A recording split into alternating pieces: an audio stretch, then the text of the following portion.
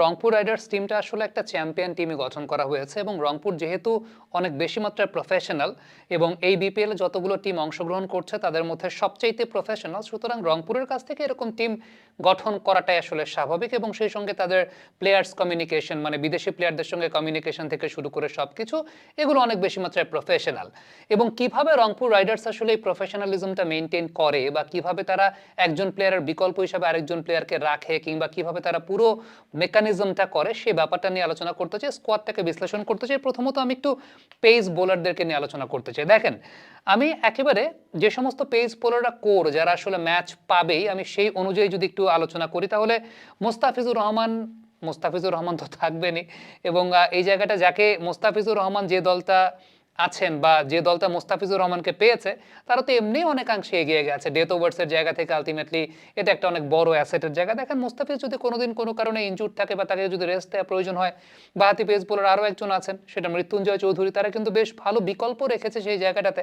আবার কখনো এরকম হতে পারে যে মৃত্যুঞ্জয় চৌধুরীকে আসলে মোস্তাফিজের সঙ্গেই খেলিয়ে দেওয়া হয়েছে, সেটাও কিন্তু হতে পারে। নাহিদ রানা আছেন, নাহিদ রানা গতিময় আরও একজন তারকা এবং কখনো যদি মনে হয় যে নাহিদ রানার গতিটার চাইতে একটু ভ্যারিয়েশনটা প্রয়োজন, একটু চেঞ্জ অফ পেসের বোলার প্রয়োজন, কামরুল ইসলাম রাব্বি সেই জায়গাটায় আছেন। রাব্বিকে আমরা দেখেছি গ্লোবাল টি-20 লিগেও কিন্তু ভালো পারফর্ম করেছেন। এখনও যে ভালো বোলিং করতে পারেন অন্তত বিপিএল এর এরকম আসরগুলোতে তার বোলিংটা যে এখনো কার্যকরী হবে সেই ব্যাপারে কোনো সন্দেহের জায়গা নাই। আকিব জাবেদ বাহাতি ফাস্ট বোলার, দুর্দান্ত একজন বোলার। আমি গত বিপিএলে তাকে প্রথমবারের মতো দেখেছি এবং বেশ ভালো সার্ভিস দিয়েছিলেন তিনি রংপুর রাইডার্সকে। সো সবকিছু মিলিয়ে এছাড়াও রংপুর রাইডার্সের পেস বোলিং সেটআপে আছেন বোলাররা, কিন্তু আমি ধরে নিচ্ছি যে এই বোলারদের মধ্য থেকেই আসলে ম্যাচ পাওয়ার সম্ভাবনাটা বেশি। প্রথম যে প্র্যাকটিস ম্যাচটা বা একমাত্র যে প্র্যাকটিস ম্যাচটা রংপুর খেলেছে রাজশাহীর সঙ্গে, ইটস গুড টু সি যে তারা অনেককে আসলে খেলিয়েছে।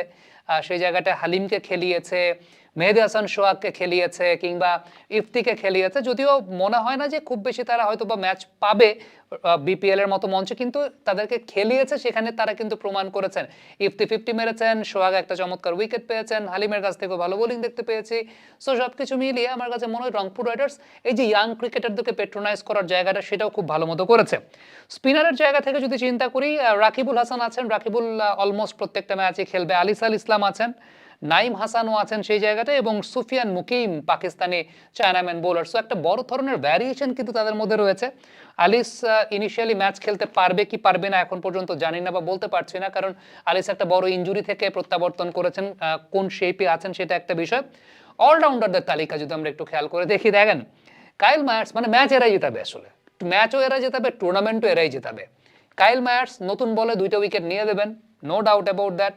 ব্যাটিংয়ে কাইল মায়ার্স যেদিন দাঁড়াবেন ওদিন আর কারো দাঁড়ানোর প্রয়োজনই নেই, আর কারো ব্যাটিংও করার প্রয়োজন নাই। So Kyle Mayers is something else এবং বিপিএল এর মতো জায়গায় কাইল মায়ার্সের মতো একটা সার্ভিস থাকা মানে আপনি 60-70% এগিয়ে গেছেন। ফাহিম আশরাফ বোলিং আসলে উইকেট নেবে, এই কন্ডিশনটা ফাহিম আশরাফ খুব ভালো জানে এবং কেন জানি বাংলাদেশের ব্যাটসম্যানরা ফাহিম আশরাফের বল খেলতেই পারে না। এখন খুশদিল শাহ আছেন সেই জায়গাটাতে, লাস্টের দিকে লোয়ার মিডল অর্ডারে একটা ফায়ার পাওয়ার জেনারেট করবেন, বোলিংটা সেই জায়গাটায় আছে। সব কিছু মিলিয়ে চাচা ইফতেখার আরও একজন ক্রিকেটার যিনি মিডল অর্ডারে ইনিংসটাকে বড় করবেন, রান মানে ইনিংসটাকে টেনে নিয়ে যাবেন, বড় করবেন, ডিপে নিয়ে যাবেন। সব কিছু মিলিয়ে আপনি দেখেন এই ক্যাটাগরিটাই রংপুর রাইডার্সকে আসলে টুর্নামেন্ট জেতাতে পারে। এই ক্যাটাগরিটাতেই সব কিছু লুকিয়ে আছে। রংপুরের ম্যাজিকের জায়গাটা এইখানেই, তাদের বিদেশি প্লেয়ারদের যে কমিউনিকেশন এই জায়গাটাই আসলে তাদেরকে অন্য সবার চেয়ে আলাদা করেছে। ব্যাটারদের তালিকায় লিটন কুমার দাস, নুরুল হাসান সোহান, দাবিদ মালান, মাহমুদুল্লাহ রিয়াদ, তাওহিদ হৃদয়। লোকালদের থেকে চিন্তা করলে লিটন কুমার দাস, তাওহিদ হৃদয় মানে বাংলাদেশের বেস্ট অপশন কি হতে পারে সেই জায়গাটা আপনি যদি চিন্তা করেন। মাহমুদুল্লাহ রিয়াদের মতো একটা এক্সপেরিয়েন্সড ক্যাম্পেইনার সেই জায়গায় যখন যুক্ত হচ্ছেন বিপিএল এর মতো মঞ্চে, হ্যাঁ ইন্টারন্যাশনাল ক্রিকেট অনেকদিন আগে ছেড়ে দিয়েছেন, বাট বিপিএল এর মতো মঞ্চে মাহমুদুল্লাহ রিয়াদ সেই জায়গাটা থাকা মানে এটা বাড়তি কিছু। দাবিদ মালান শুরু থেকে অ্যাভেলেবেল থাকেন, টুর্নামেন্টের শুরু থেকে একেবারে এলিমিনেটর কোয়ালিফায়ারের আগ পর্যন্ত মালানই ম্যাক্সিমাম ম্যাচে নিয়ে যাবেন আর কি আসলে রংপুর রাইডার্সে। কারণ ইনিংস, কারণ যে সমস্ত কন্ডিশনে এখানে খেলা হয় সবসময় তো মারা যায় না, বিশেষ করে দিনের যে ম্যাচগুলো এই ম্যাচগুলোতে ইনিংসটাকে বড় করবেন দাবিদ মালান। নুরুল হাসান সোহান আছেন। তবে রংপুর একটা বড় প্রবলেমে পড়বে যে আপনি বেস্ট 11 যখন সাজাবেন আসলে রংপুরে বেস্ট 11টা কিভাবে সাজাবে, কারণ অলরাউন্ডারদের ক্যাটাগরিতে যদি কাইল মায়ার্স, ফাহিম আশরাফ, খুশদিল শাহ, ইফতেখার চারজনই অ্যাভেলেবল থাকেন দাভিদ মালান সেই জায়গাটায় কিভাবে অ্যাকোমোডেট হবে, আকিব জাবেদকে তারা কিভাবে খেলাবে, সুফিয়ান মুকিমের কথাটা আমি বাদ দিলাম। ইভেন আমি এই সব কিছু মিলিয়ে মানে রংপুরের যে বিদেশি সেট আপের জায়গাটা, ইভেন বিদেশি সেট আপের জায়গাটা থেকে চিন্তা করলে যেহেতু অলরাউন্ডার্স বেশি, ব্যাটিংয়ে ওই শুরুর দিকেই 3 4 5 6 এর মধ্যেই থাকবে ম্যাক্সিমাম ব্যাটসম্যানরা। সো সেই জায়গাটা আপনি আবার যদি তাওহিদ হৃদয়কে অ্যাকোমোডেট করেন, কাজী নুরুল হাসান সোহান যদি খেলে, মাহমুদুল্লাহ রিয়াদের এই জায়গা মেনটেন করাটা রংপুর কিভাবে করবে, এটা একটা অনেক বড় চ্যালেঞ্জের জায়গা হবে আমার কাছে মনে হয়। সেক্ষেত্রে কি তারা স্পিনার ড্রপ করবে, পাশ থেকে আলিসাল ইসলামকে খেলাবে না ইনিশিয়াল স্টেজে? এমনও হতে পারে যে হয়তোবা তারা একটা স্পিনার বসাচ্ছে, অথবা আকিব জাবেদকে খেলাচ্ছে না, সেই জায়গাটায় হয়তোবা কোনো একভাবে তারা বিষয়টাকে মেনটেন করবে। মাইন্ড ইট, কাইল মায়ার্সকে কিন্তু শুধুমাত্র নতুন বলেই ব্যবহার করা যাবে, কাইল মায়ার্সকে কিন্তু পুরানো বলে ব্যবহার করা যাবে না।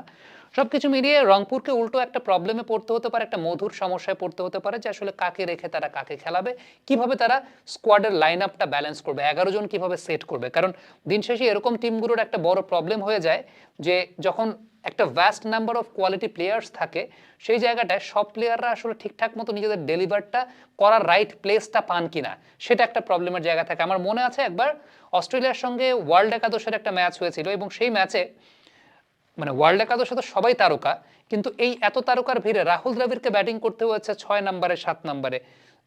এই যে জায়গাগুলো, যে 6 7 নম্বরে তো রাহুল দ্রাবিড় তার বেস্টটা দিতে পারবেন না। সো ফ্যাক্টটা ওই জায়গাটা যে রংপুরকে আসলে কম্বিনেশন ওয়াইজ চিন্তা করতে হবে যে তারা কিভাবে স্কোয়াডটাকে সাজাবে, কিভাবে বেস্ট ইলেভেনটা খেলাবে। সো এই জায়গাটা তারা একটা মধুর সমস্যায় পড়তে যাচ্ছে বলে মনে হয়। আদারওয়াইজ রংপুরের টিম তো রংপুরের টিম, মানে এটা এর থেকে তো ভালো টিম আর হয় না। কমেন্ট বক্সে আপনাদের মন্তব্য জানতে চাই।